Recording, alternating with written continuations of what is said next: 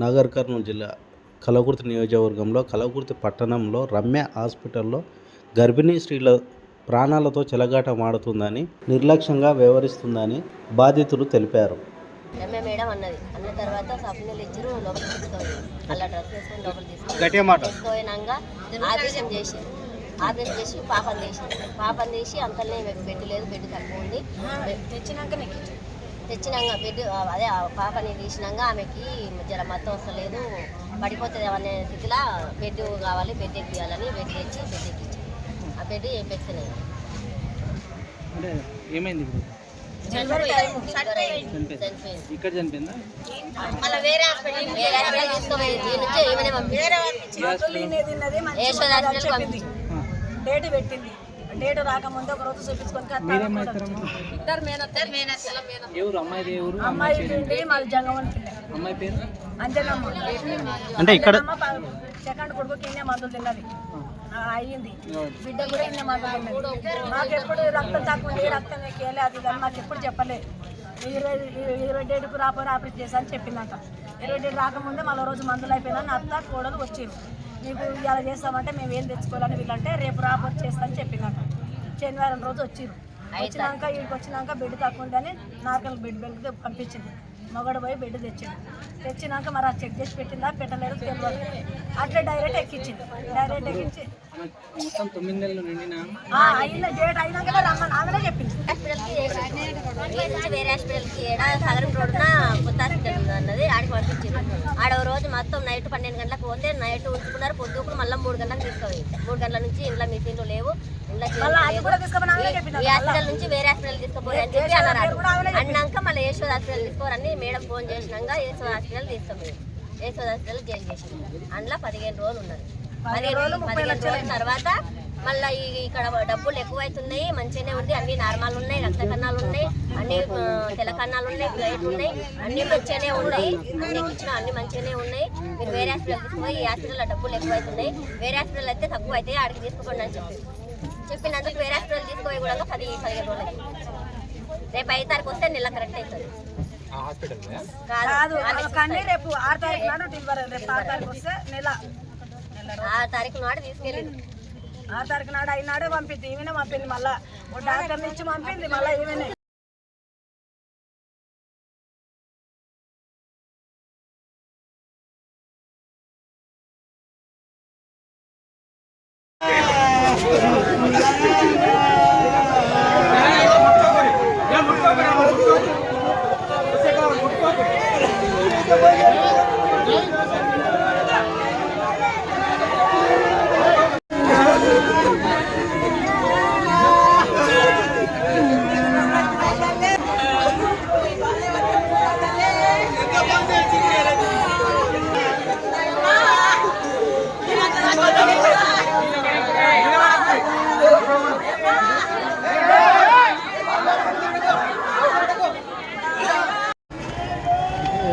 Actually 22 తారీఖు surgery ఉంది. అయితే మెడిసిన్ అయిపోయిందని 1 తారీఖు నాడు వచ్చినాం మెడిసిన్ కోసం వస్తే ఆమె ఏదో చెకప్ చేసి పాప బాబు అంతా మంచిగా ఉండరు, మీరు 6 తారీఖు వస్తే బాగుంటుందని 5 రోజులకు మెడిసిన్ ఇచ్చింది. 6 తారీఖు నాడు వచ్చినాం. వచ్చినాక అది ఏదో చెకప్ చేసి బెడ్ తక్కువ ఉందని నాగర్ నుంచి ఇన్ఫార్మ్ చేసింది. బ్లడ్ బ్యాంక్ వెళ్ళి తీసుకురాం. అది తీసుకొచ్చిన ప్రాసెస్ కూడా 1 అవర్లో జరిగింది. 2, 2:30, 3 మధ్యలో అయింది. 3 మధ్యలో అయితే జనరల్ తీసుకొచ్చి ఆడికి ఫీవరు, కడుపు వరడం, చేతులు వాయడం అవన్నీ కండిషన్ అర్థమవుతుంది. మేడం లేనే లేదు, అలా సిస్టర్సే ఉన్నారు. ఏమైనా ఆడికి వస్తూనే ఉంది. 2:30, 3 గంటలలో చేస్తే 11:30కి సీరియస్ అని అప్పుడు వాళ్ళ కాల్ చేసి నాకు మాట్లాడాను. నేను ఏది ఆలోచన రేపు ఇమీడియట్లీ నేను ఇన్ఫార్మ్ చేస్తాను హాస్పిటల్కి. తీసుకుపోయి ఏదో ఆమె తెలిసిన వాళ్ళు నార్మల్ ట్రీట్మెంట్ చేసి ఆమె చేసే కప్పిపుచ్చుకుందామని చూసింది. అది కట్టేటానికి ఇంకా ఆమె ఫోన్ లేకపోవడం, అది 15 రోజులు అర్ధరాత్రి 12-1 వరకు ఫోన్ చేసిన ఆయన సిఐ ఫోన్ తోటి, మన ఆయన డైరెక్ట్ కాదు. జరిగిన 3వ రోజు 50,000 బెండ తెచ్చి సిఐ ఏం కాదు మానవత దృక్పథంతో ఇస్తున్నాం మేడం మళ్ళీ మేడంకి ఇన్ఫార్మ్ చేయకు, మన ఆయన బాధపడుతుంది డబ్బులు పంపించినాను అంటే బాధపడుతుంది. మానవత తోటి ఇస్తున్నాం, ఎవరికో సాటిరా పోయి మనం ఈ మాత్రం చేసుకోకపోతే ఎట్లా అని అంటాడు సిఐ.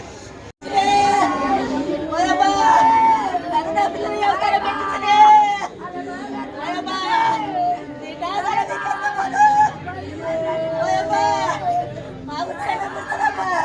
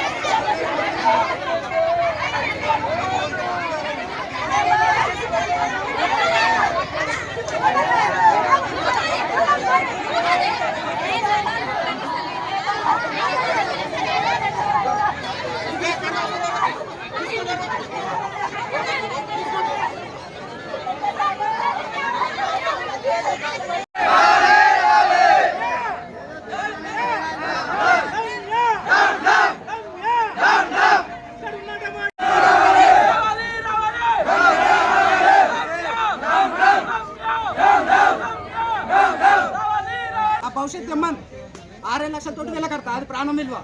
నా భార్య నా భవిష్యత్తు తీసుకురమ్మని. ఇలా 5-6 లక్షలతో కూడేది ఏం లేదు, నా భవిష్యత్తు రాదు.